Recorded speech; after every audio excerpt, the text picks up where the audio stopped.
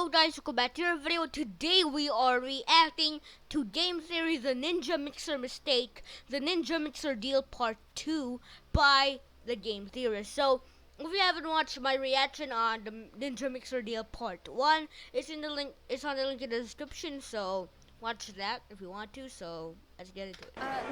Ninja back. Question, please. Yeah. Calm down. I see we got a little bit more time for questions. So, you, girl. Girl. I was wondering. You know what? if, Stop. Okay. Sorry, I can't be seen talking to you. The internet might get the wrong idea about our relationship. So instead, let me talk to, you. Unattractive adult human male. Why are we still doing this? I mean, weren't you supposed to be telling us about why the Ninja Mixer decision was a mistake? Look, I'm getting to it, all right? But first, in honor of this new and exciting exclusive streaming partnership with Blender, I am pleased to also announce this special edition merch, the Ninja Blender. Okay. The Ninja Blender. Blender. That's a great joke. What do you want now, Captain Buzzkill? Okay. You realize that's someone else's product, right? Clearly it's not. As you can tell right here on the front, has my name, Ninja. That's me, yours truly, top Fortnite game streamer. What say you, dead meme guy? Dead meme guy. Well, will it play? Okay, he's only the floss and... Okay. Love dead memes. And? Yeah, that's kind of the point. Well then, you can cash me outside using it. How about that? Catch me outside. Still dead meme. Yo, Drake, thanks for coming to my press conference. What say you, my homeboy? Yo, Drake. Ninja bro, you know Drizzy's got your back. You're blowing my mind with this stank merch. But can we get back to the episode? Hotline bling. Yeah, you know what? All right, let's do that. Hey, offstage guy, press the big red announcement button. Offstage guy.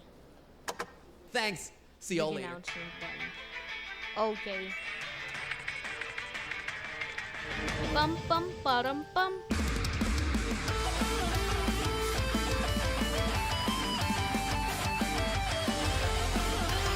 Sometimes you forget that.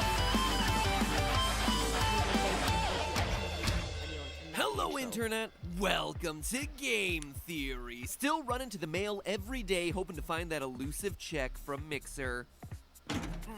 Nothing. Well, if it hasn't come at this point, it ain't coming anytime soon, since after today's episode, Mixer is never gonna want to talk to me, either because they're so offended by what I have to say, or because they see my point at how dumb they were to spend tens of millions to make this deal in the first place. You see, last time I talked about all the good this deal provided. Ninja totally made the right move, cashed out when he was on the decline and guaranteed a lifetime of stability in the unstable world of online video. Mixer, yeah, true to its name, it's a bit more of a mixed bag. Seeing some short-term successes, searchability is up, traffic is slightly higher, but in an ideal world, you don't just strike a deal costing tens of millions of dollars with one of the biggest talent in the world for just 1 week of news stories. You do it for the cash. So let's take a quick look at the numbers, shall we? Ninja, in his first 18 days on Mixer, got himself 10 million views. Now, on YouTube, you can buy cheap views using YouTube's ad systems for about 2 or 3 cents a view. And that's not any sort of click farm sketchy black hat views. These are views that are outright purchased via YouTube's own advertising systems. So that's about $300,000 worth of viewership for the first half month of this partnership so far. Not too shabby. But since that first big push, things have started to level off, with him getting 20,000 average concurrent viewers per stream now. That translates to about 300,000 views per stream. Doing some quick back-of-the-napkin math here, that's 300,000 times roughly 260 streams per year, or 78... It is 260 streams per year. So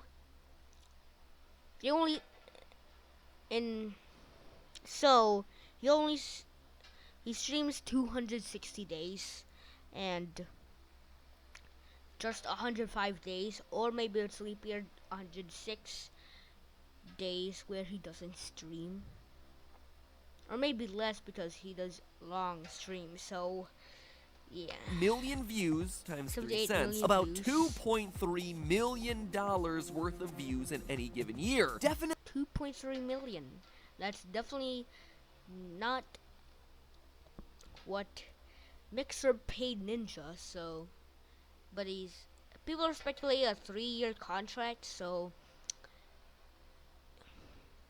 it's 6.9 million. What they is that what they?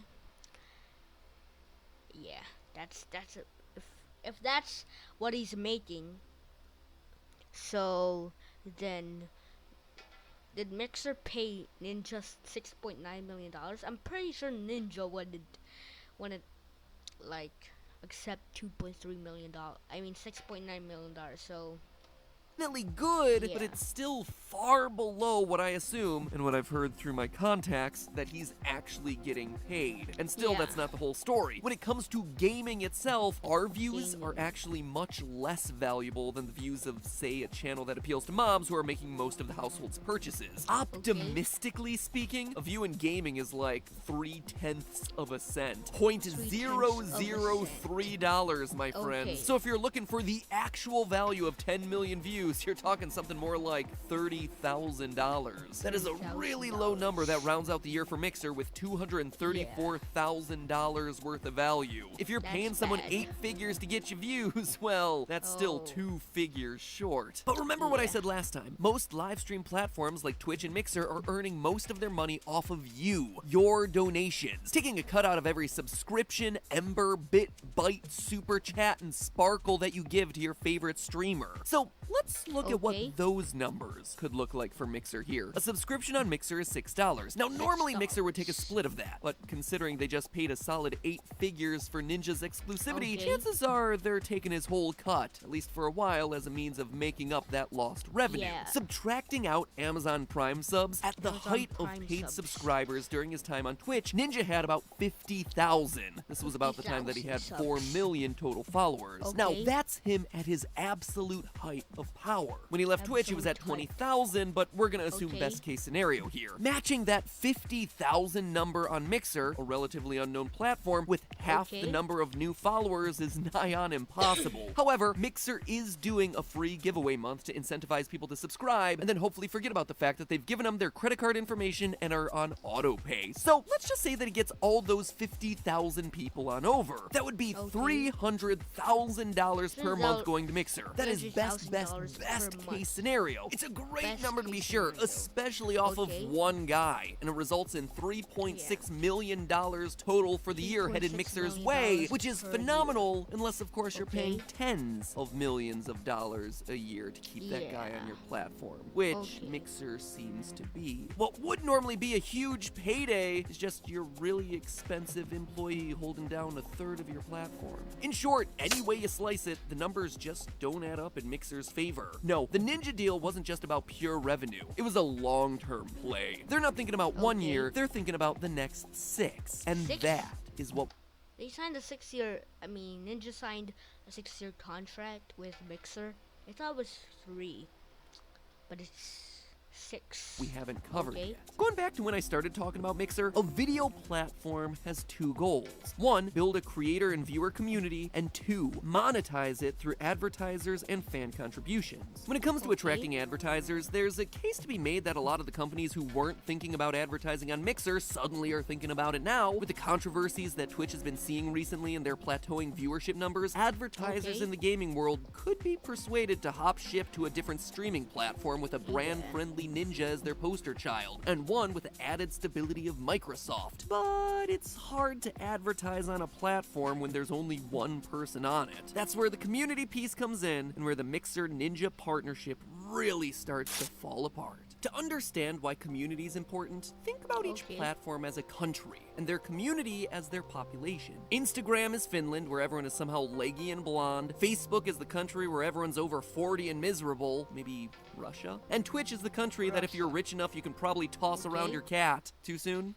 Maybe too soon. The thing about any country is that in order to make it work, you need lots of people to fill lots of different roles. And it turns out Okay. that video platforms work in much the same way. There are going to be small upstart creators on every platform. There are going to be a couple really big standout names at the top. But what really holds a platform up in the long run is its middle class. Consider former President Obama's case for the US needing a strong middle class from 2011, summed up in a blog post written by David Madlin. Quote, Okay. the middle class has a strong interest in making government work well, because quite simply, the middle class depends simply, the middle class depend more on public services than the rich. End Okay. quote. If you're not getting how this applies to the Ninja Mixer situation, basically what he's saying is that if you're in the middle class, you need the system you're working in, or in case the video platform you're on, to work for you. The things that the middle class tend to push for benefit the most people because they're representing the average user of the platform. Good public transportation and affordable healthcare are two great examples. If you're rich, those things don't matter as much to you because you got yourself a car, a driver, and enough money to pay for the best hospitals. But for the middle class, those things matter because getting saddled with a $20,000 hospital bill means a huge chunk of your yearly income disappearing until that bill gets paid back. Now look at YouTube. Recently, YouTube made a huge policy change to prevent unfair copyright claims against creators. After years of pushing, YouTube came out with new features that make it harder to make false copyright claims. They even started suing some of the worst copyright trolls to make an example of what happens to people who abuse their systems. And who were the ones making the biggest push to get something like that enacted? Mid-tier creators. Those with tens or even hundreds of thousands of subscribers. Not so much from those with subscriberships in the millions, because big channels could sometimes backdoor their way out of those sorts of copyright situations, using their agents or their YouTube contacts. Or heck, those creators may not have even known those claims existed in the first place because they have teams dedicated to handling that sort of stuff. Mid-tier creators, though, don't have that luxury. Every false copyright claim is a punch to the gut. It is money directly out of their pocket. It is money that is, quite frankly, probably going to their rent check at the end of that month. So they made their voices heard in huge numbers over the course of months until the system started changing. And just to make it perfectly clear, there were indeed big creators fighting for this as well. I'm not saying every channel with over 1 million subscribers was like, I don't care about the copyright system. A lot of us do, and a lot of us have been fighting for this tool for years, ourselves included. But many large channels had other options in these sorts of circumstances, or didn't feel it as acutely as the middle class. Obama also advocated for an economy that grows not from the top down, but from the middle out. The blog post notes that the highest classes, quote, can easily opt out of a country's regulations, or even move to another country, whereas when the middle class is strong, they have the political power to achieve their goals, end quote. Think again on how this applies to us. Top-tier creators on any platform often don't have the rules apply to them. Just look at the situation Twitch is dealing with right now over favoritism. And if they're not getting the treatment they want from that platform, they just move to another country, like the United Mixer Emirates. But the middle United Mixer Emirates. class has to make the system work for everyone because they don't have the luxuries of moving and bringing all their stuff, or fans with them. It's also pretty well known that in economics, the middle class is what drives innovation. Entrepreneurs disproportionately come out of the middle class, and the inventions that solve everyday problems comes from people who are dealing with those everyday problems, not the rich elite. I'm not saying that Obama's way is the right or the only way. The point of this way overextended analogy is that moving platforms forward in the long run requires creator communities, not just a couple of elite individuals sitting at the top. Nothing really replaces a creator middle class. And it also doesn't save the platform in the event that something changes, like say a game losing popularity. Let's talk about a hypothetical scenario where Fortnite disappears tomorrow. What would happen to all the platforms where people play it? Well, YouTube would stop getting Fortnite videos and basically go on as normal, since it's all about them diamonds these days, fam. There's just so much other stuff on YouTube that the viewership they would lose would be negligible. YouTube's creator middle class has tons of interests, from acrylic pouring to listicles about awkward save systems in games. Losing Fortnite doesn't really matter a whole lot. There's plenty of other stuff to watch. By the way, Rabid Luigi, I watch your channel every week. Literally every week. Just saying, you got a fan over here, congrats on your big move. Moving over to Twitch, if they lose Fortnite, almost 10% of the entire platform disappears, according to viewership statistics of games played on Twitch. Twitch has a much smaller creator community with narrower interests and a less built-out middle class, and you can probably see where this is going. The situation on Mixer is the most dire, where Ninja accounted for 50% of the total platform viewership in his first stream. Like I mentioned earlier, accounts for 32% since then. If Fortnite disappears, Ninja would still be there, but the other games he's played typically haven't pulled the same audience for him. Based on his Twitch stats, he loses 31% of his audience when he plays Apex Legends, 78% when he plays League of Legends, and over 90% of his audience when playing PUBG, Halo, or Final Fantasy. Since so much of Mixer's viewership is based on Ninja, and so much of Ninja's... Yeah, he's just gonna play Fortnite now.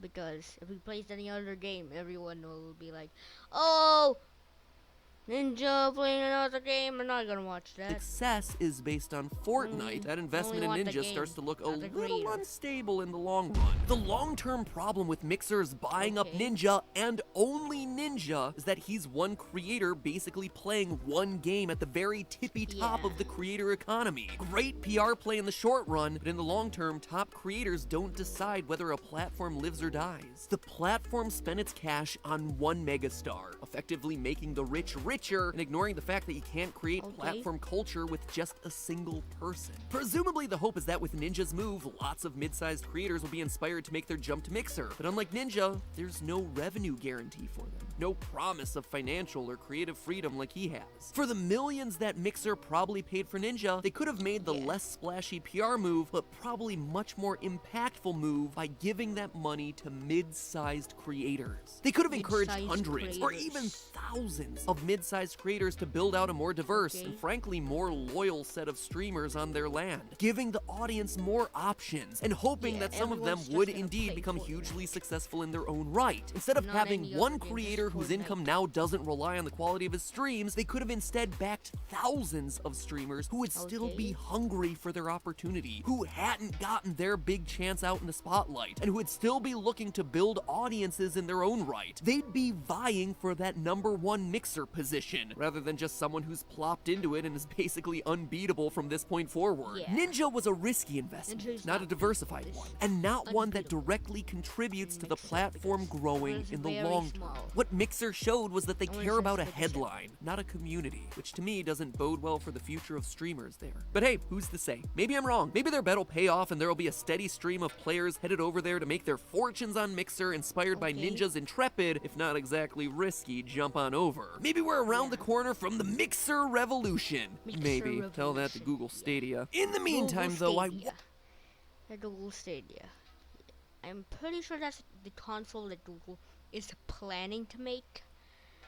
I don't know what's gonna happen, because we have consoles like PlayStation and Xbox, which are already there, but I mean, Google wants to go on the train.